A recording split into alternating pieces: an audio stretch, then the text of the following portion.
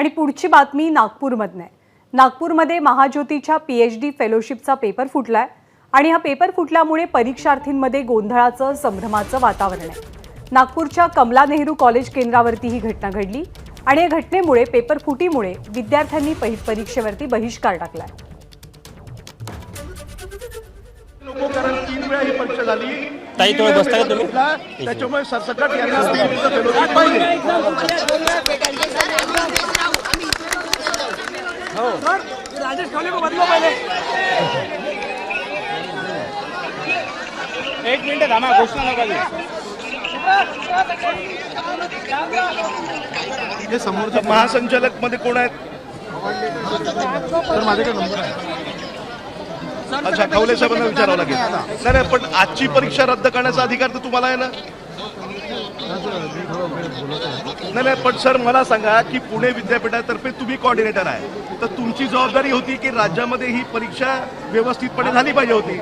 आता इथे जर पेपर फुटला तर तुमची जबाबदारी नाही का?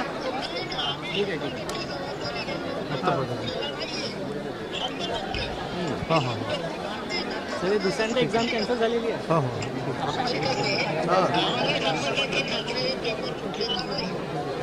तर मग तुम्ही आपल्या कोऑर्डिनेटरला किंवा कोणाला तरी इथे पाठवा ना, विद्यार्थ्यांना फेस करायला।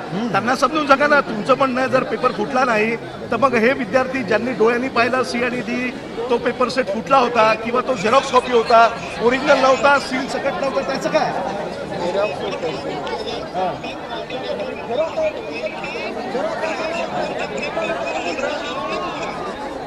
सर लीक झाला नाही असं तुमचं म्हणणं आहे, परंतु ज्या पद्धतीचं ए आणि बी चा जो सेट होता तो सील होता, पण सी आणि डी तो पेपर सेट सील नव्हता, मग याचं काय? आणि झेरॉक्स पण आहे ना त्याच्यात।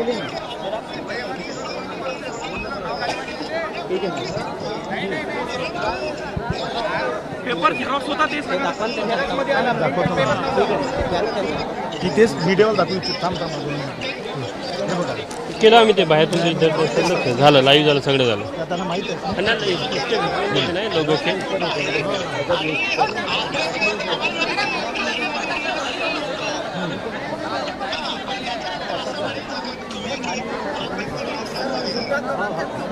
तर मी माईक समोर करतो, तुम्ही एकदा हे सर्व या विद्यार्थ्यांना समजावून सांगा।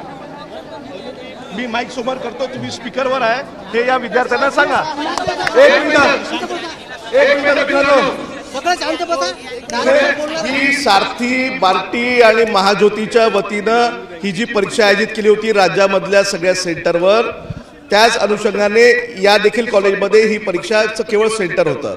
आता पुणे विद्यापीठाचे या परीक्षेचे कोऑर्डिनेटर कापडनीस साहेब हे या फोनवर स्पीकर फोनवर आहे, माझ्या स्पीकर फोनवर आहे, तर ते स्पीकरवर त्यांचा मी फोन करतो, ते काय म्हणतात ते तुम्ही ऐकून घ्या।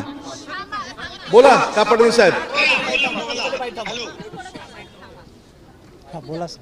बोला। हॅलो, हा बोला। काय म्हणणं काय तुमचं, बोला ना।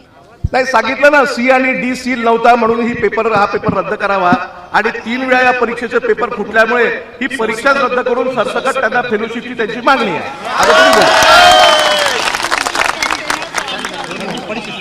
बरं, पण या पेपर फुटीविषयी तुम्हाला सांगावं लागेल ना सर, तुम्ही या परीक्षेचे कोऑर्डिनेटर होते ना, तुम्ही सांगा। बरोबर आहे, मी तेच म्हणतोय की पेपर फुटणे याचा अर्थ काय की परीक्षाच्या आधी किंवा परीक्षेनंतर आवाज येतोय का?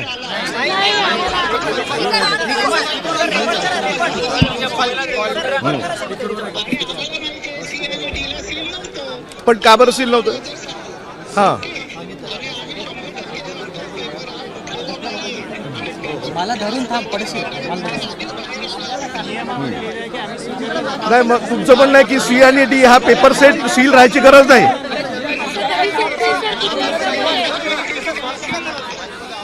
पण मग सील नसल्याचं कारण काय हेच तर ते विद्यार्थी म्हणत आहे ना, त्यांच्यामध्ये शंका येण्याचं कारण स्वाभाविक आहे ना। सर पहिले पेजवर एक नियम दिला आहे ना तो की स्पीकरला जाणार नाही तर सील नसेल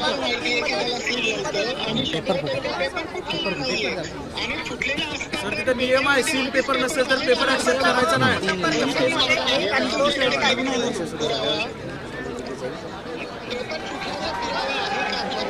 थांबा थांबा थांबा। तुम्ही बोला। सर नमस्ते। सर नमस्ते कट केला त्यांनी त्यांचं म्हणणं आहे कापडदीस साहेबांचं की सी आणि डी सर एक मिनिट या प्रश्नपत्रिकेतील सर्व प्रश्न सोडवणे अनिवार्य आहे का? परीक्षा सुरू झाल्यावर त्यांना प्रश्नपत्रिका सुरुवातीच्या 5 मिनिटांमध्ये एक मिनिट सर इकडे बघा ते मुंबईला आहेत. सर आता ही प्रश्नपत्रिका उघडण्यासाठी प्रश्नपत्रिकेवर लावलेले सील उघडावे, सील नसलेली किंवा सील उघडलेली प्रश्नपत्रिका स्वीकारू नये. या सी नंबरच्या ज्या पेपरवर तुम्ही म्हणता की सी आणि डी सील असण्याची आवश्यकता नाही आहे, त्या प्रश्नपत्रिकेवर लिहिलेलं आहे स्पष्ट की हा पेपर उघडताना सील आहे की नाही याची खात्री करून तो सर्वांसमोर विद्यार्थ्यांसमोर उघडण्यात यावा असं स्पष्ट त्याच्यामध्ये सूचना दिलेल्या आहे. मग त्याचं काय? सील नसलेली स्वीकारू नये.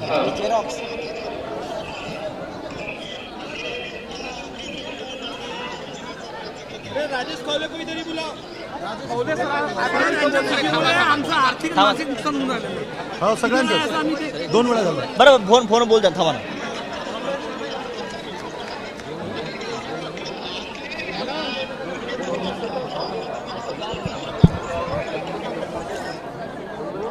ठीक आहे, मी एकदा परत शहानिशा करतो. तुमचे जे कॉर्डिनेटर आलेले आहेत त्यांच्याशी बोलतो, विद्यार्थ्यांच्या शिष्टमंडळाशी बोलतो, परत मला फोन करतो.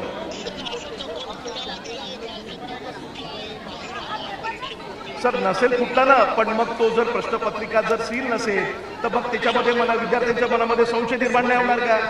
तुम्ही पुण्यामध्ये बसून तुम्ही सांगून राहिले की सील नसला तरी चालतं म्हणून. झेरॉक्स कॉपी आहे ना सर मेन म्हणजे उभे होते का मी तुम्हाला करतो परत फोन. दादा आपण शांतपणे बोलू, बाकीच्यांना सांगा की शांत बसा. सरांशी बोलतात तोपर्यंत आपण शांत बसायचं. विद्यार्थी मित्रांनो, माझी विनंती आहे, एक 15 मिनिटाचा वेळ द्या. आम्ही तुमचे 4-5 विद्यार्थी शिष्टमंडळ DC साहेब या ठिकाणी आलेले आहेत. त्यांच्यासोबत परत एकदा रूममध्ये बसून यांची जी कॉर्डिनेटरची दुसरी परीक्षा घ्यायला आले होते त्यांच्याशी बोलतो, प्रोसेस समजून घेतो, पुन्हा कापडसाहेबांशी बोलतो आणि तुमच्यासोबत हजर होतो. तोपर्यंत कृपया करून शांतता बाळगा एवढी विनंती आहे. त्या पेपर फुटीमुळे संभ्रमाचं वातावरण सध्या आहे. एबीपी माझा, उघडा डोळे बघा नीट.